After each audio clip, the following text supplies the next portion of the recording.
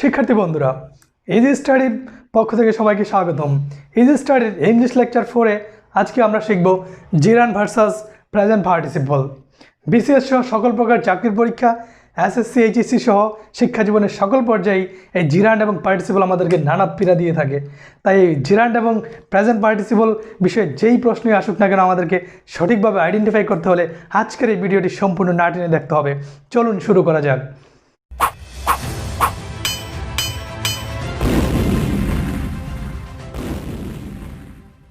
তো শিক্ষার্থী বন্ধুরা, এখন আমরা জেনে নেব জিরান্ড এবং প্রেজেন্ট পার্টিসিপল বলতে আমরা কি বুঝি। আমরা আগের লেকচারে বলেছিলাম যে জিরান্ড এবং প্রেজেন্ট পার্টিসিপল হচ্ছে দুইটি নন ফাইনাইট ভার্ব। আর এই নন ফাইনাইট ভার্বটির পরিচয় হচ্ছে এটি ভার্ব প্লাস আইএনজির মাধ্যমে গঠিত হবে এবং তার পূর্বে কোনো ধরনের অক্সিলিয়ারি ভার্ব থাকবে না। তাহলে জিরান্ড এবং পার্টিসিপলের চেহারা একই রকম, verb plus ING without auxiliary verb, কিন্তু এগুলোর ব্যবহার ভিন্ন। আমরা শুরুতেই জেনে নেব জিরান্ডের ব্যবহার বা জিরান্ড সেন্টেন্সে কিসের কাজ করবে। সাধারণত জিরান্ড সেন্টেন্সে নাউনের কাজ করবে, অর্থাৎ verb plus ING non finite ভার্বটি যখন সেন্টেন্সে নাউনের কাজ করবে তখন তাকে বলবো আমরা জিরান্ড। এবার আসি আমরা প্রেজেন্ট পার্টিসিপল।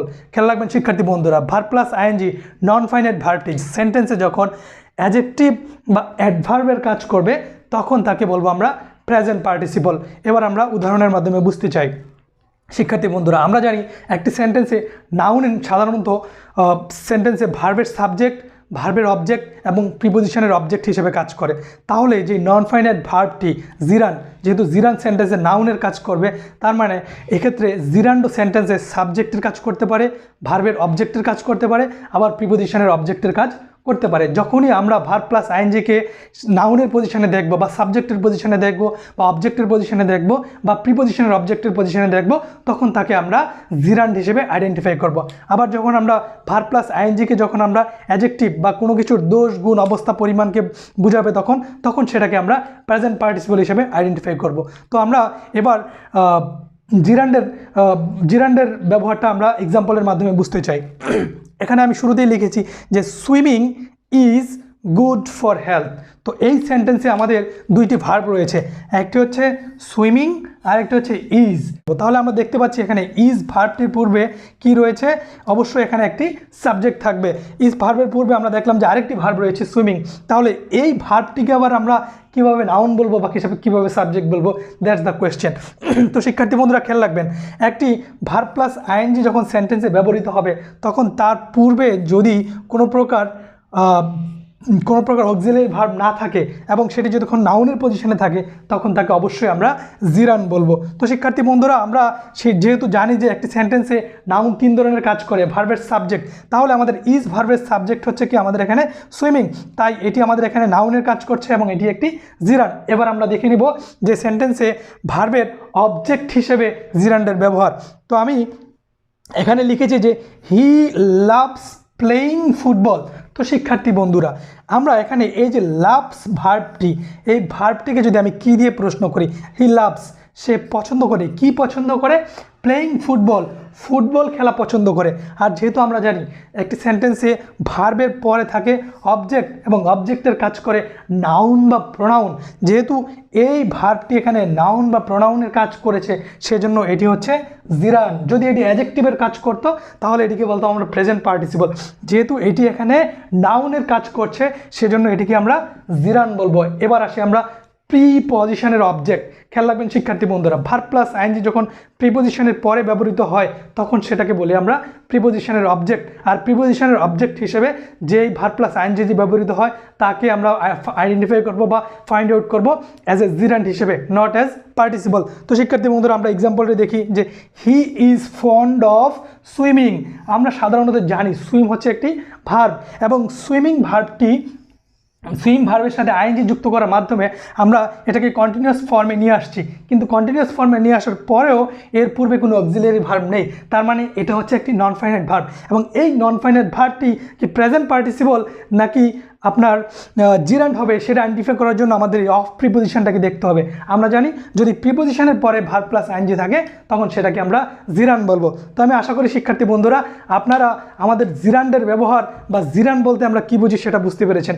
এবার আসি আমরা প্রেজেন্ট পার্টিসিপল। আমি শুরুতেই বলে দিয়েছি যে প্রেজেন্ট পার্টিসিপল সেন্টেন্সে ভার্বের সাবজেক্ট ভার্বের অ্যাজ অ্যান অ্যাডজেক্টিভ এবং অ্যাডভার্ব হিসেবে ব্যবহৃত হতে পারে।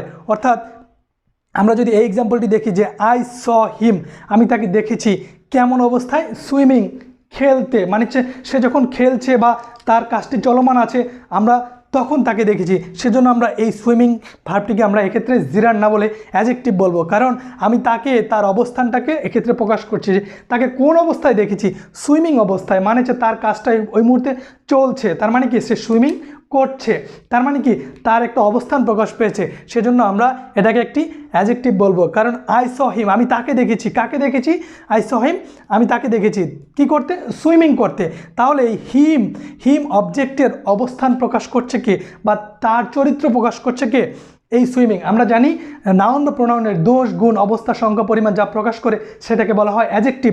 তার মানে এখানে হিম এই প্রোনাউনটির অ্যাডজেক্টিভ হিসেবে বা এটার অবস্থান প্রকাশ করছে, এটার বর্তমান যে কন্ডিশন সেটা প্রকাশ করছে এই সুইমিং ভার্বটি। এবং যেহেতু এই সুইমিং ভার্বটির পূর্বে কোনো ধরনের অক্সিলারি ভার্ব নেই, সেহেতু এটা একটা নন ফাইনাইট ভার্ব। এখন আমাদের আইডেন্টিফাই করা দরকার এটা কি জিরান্ড নাকি প্রেজেন্ট পার্টিসিপল। যেহেতু আমি বলেছি যে প্রেজেন্ট পার্টিসিপল সেন্টেন্সে অ্যাডজেক্টিভ বা অ্যাডভার্বের কাজ করতে পারে, তার মানে এটি অবশ্যই একটি অ্যাডজেক্টিভ এবং এটি একটি প্রেজেন্ট পার্টিসিপল। তো শিক্ষার্থী বন্ধুরা এবার আসি আমরা ভার্ব প্লাস আইএনজির যখন প্রেজেন্ট পার্টিসিপল এবং তা অ্যাডভার্বের ব্যবহার। আমরা এখানে একটি এক্সাম্পলের মাধ্যমে বুঝতে চাই যে she is coming to me crying, সে আমার কাছে আসছে কোন অবস্থায়, ক্রাইং। তার মানে আমরা শুরুতেই বলেছিলাম যে যখনই আমরা প্রেজেন্ট পার্টিসিপলকে আইডেন্টিফাই করব তখন হচ্ছে কোনো একটি কাজ চলমান থাকবে, অর্থাৎ ওই লোকটার কন্ডিশনটা কি, যে আসছিল তার অবস্থা হচ্ছে সে ক্রাইং, কান্নারত অবস্থায়। তার মানে এটা তার অবস্থা প্রকাশ করছে যে শি যে আসছে, যে মেয়েটি আসছে বা যে নারী আসছে তার অবস্থা হচ্ছে কি শি ইজ ক্রাইং, মানে সে কান্না করছে, এটা হচ্ছে তার অবস্থান। তার মানে এই কাজটা হচ্ছে চলমান রয়েছে, সেজন্য এটাকে আমরা অ্যাডজেক্টিভ হিসেবে আইডেন্টিফাই করতে পারি। এক্ষেত্রে আমরা তাকে অ্যাডভার্ব হিসেবে আইডেন্টিফাই করতে পারি এ কারণে যে শি ইজ কামিং, সে আসছে, কিন্তু সে যে আসছে তার সে আসার অবস্থানটা কেমন, সে আসছে কান্নার সহিত। আমরা জানি ভার্বকে মডিফাই করতে পারে অ্যাডভার্ব, আমরা জানি নাউন বা প্রোনাউনকে মডিফাই করে অ্যাডজেক্টিভ, আর ভার্বকে মডিফাই করে অ্যাডভার্ব। সেক্ষেত্রে এই যে কামিং ভার্বটি, এই যে আমি বললাম এখানে কামিং, আসছে, কোন অবস্থায় আসছে বা কীভাবে আসছে, ক্রাইং, কান্নারত অবস্থায় আসছে। তার মানে এই ভার্বটিকে মডিফাই করছে এই ক্রাইং ভার্বটি। তার মানে এক্ষেত্রে যেহেতু এই ক্রাইংয়ের পূর্বে অক্সিলারি ভার্ব নেই, সেহেতু এটি নন ফাইনাইট ভার্ব এবং এটি হচ্ছে একটি প্রেজেন্ট পার্টিসিপল। এক্ষেত্রে এই সেন্টেন্সে এটি অ্যাডভার্ব হিসেবে ব্যবহৃত হয়েছে। তো শিক্ষার্থী বন্ধুরা আমরা আশা করি আপনারা এই যে কোনো সেন্টেন্সে আপনার কোনো একটি ভার্বের বা নন ফাইনাইট ভার্বের বা ভার্ব প্লাস আইএনজির ব্যবহার, মানে হচ্ছে যখন সেটাকে আমরা দেখব যে সেটা ভার্ব প্লাস আইএনজি নাউনের কাজ করছে তখন সেটাকে আমরা জিরান্ড হিসেবে চিহ্নিত করব, আর যখন সেই ভার্ব প্লাস আইএনজিটি অ্যাডজেক্টিভ বা অ্যাডভার্ব হিসেবে কাজ করে তখন তাকে আমরা প্রেজেন্ট পার্টিসিপল হিসেবে চিহ্নিত করব। এবার বন্ধু আমরা শিক্ষার্থী বন্ধুরা আমরা আরও একটি এক্সাম্পলের মাধ্যমে এই বিষয়টি ক্লিয়ার হতে চাই এবং এই জিরান্ড এবং প্রেজেন্ট পার্টিসিপলের একটি পার্থক্য আপনাদেরকে স্পষ্ট করে বোঝাতে চাই। আর সেটি হচ্ছে, খেয়াল রাখবেন, সেন্টেন্সে ভার্ব প্লাস আইএনজি যখন স্থির অবস্থা প্রকাশ করবে, মানে হচ্ছে সেটা চলমান নয়, তখন সেটাকে আমরা বলবো জিরান্ড। দেখেন এই সেন্টেন্সে আমরা সুইমিং বলছি, যে swimming is good for health. আমি কিন্তু বলছি না যে I am swimming, he is swimming, I find him swimming বা আই স হিম সুইমিং। আমি তাকে সাঁতার কাটতে দেখিনি, আমি বলছি যে swimming is good for health, মানে হচ্ছে এক্ষেত্রে কেউ কি সুইমিং কাজটা করছে না, বাট সুইমিংটা হচ্ছে কি একটি নাম, সাঁতার কাটা। তো সেক্ষেত্রে ভার্ব প্লাস আইএনজি যখন স্থির অবস্থায় থাকে তখন তাকে আমরা আইডেন্টিফাই করবো অ্যাজ এ জিরান্ড বা নাউন হিসেবে। আর ভার্ব প্লাস আইএনজি যখন কন্টিনিউয়াস থাকবে, মানে যে চলমান থাকবে, যেমন আই ফাউন্ড হিম সুইমিং, তাকে সাঁতার কাটা অবস্থায়, তার মানে কি সে সাঁতার কাটছে, এটা হচ্ছে তার কি অবস্থান বা এটা হচ্ছে চলমান একটা বিষয়। তার মানে যখনই একটা সেন্টেন্সে ভার্ব প্লাস আইএনজি চলমান থাকবে তখন তাকে আমরা বলবো প্রেজেন্ট পার্টিসিপল। শিক্ষার্থী বন্ধুরা আশা করি আপনারা এই জিরান্ড এবং প্রেজেন্ট পার্টিসিপলের এই উদাহরণটি বুঝতে পেরেছেন। আমরা আরও একটি পার্থক্য আপনাদেরকে দেখাবো। খেয়াল রাখবেন শিক্ষার্থী বন্ধুরা যে জিরান্ডের ব্যবহার, আমি একটি এক্সাম্পল, এক্ষেত্রে আমি আরেকটি নতুন এক্সাম্পল দিতে চাই, যেমন যে I saw a walking boy, I saw a walking boy. তো এক্ষেত্রে আমরা এই ওয়াকিং ভার্বটিকে কি বলবো? এই ওয়াকিং নন ফাইনাইট ভার্বটিকে আমরা প্রেজেন্ট পার্টিসিপল বলবো নাকি আমরা জিরান বলবো? শিক্ষার্থী বন্ধুরা, আমরা জানি নাউনকে মডিফাই করে কে? অ্যাডজেক্টিভ। তো সেক্ষেত্রে আই স এ বয়, আমি তাকে বয়টিকে, আমি বয়টিকে দেখেছিলাম, কিন্তু সেই বয়টি কোন অবস্থায় আছে? ওয়াকিং। সে যখন হাঁটছিল, একটা হাঁটা অবস্থার বালককে আমি দেখেছিলাম। তো সেক্ষেত্রে আমি শুরুতেই বলেছিলাম যে ভার্ব প্লাস আইএনজি যখন কন্টিনিউয়াস থাকবে, চলমান, যেমন আই স এ ওয়াকিং বয়, মানে যে ছেলেটা কি করছিল? হাঁটছিল, চলমান প্রক্রিয়া রয়েছে। তার মানে এই ওয়াকিং ভার্বটি হচ্ছে কি? প্রেজেন্ট পার্টিসিপল, এবং এটি একটি নন ফাইনাইট ভার্ব। এবার আমরা আসি আরেকটি এক্সাম্পলে, যেমন I bought A walking stick. তো শিক্ষার্থী বন্ধুরা, এবার যদি আমি জিজ্ঞেস করি আপনাদেরকে যে এক্ষেত্রে এই সেন্টেন্সে এই ওয়াকিং কিসের কাজ করছে? Adjective or adverb or gerund or present participle, এটা আপনাদের জন্য আইডেন্টিফাই করা একটু কঠিন।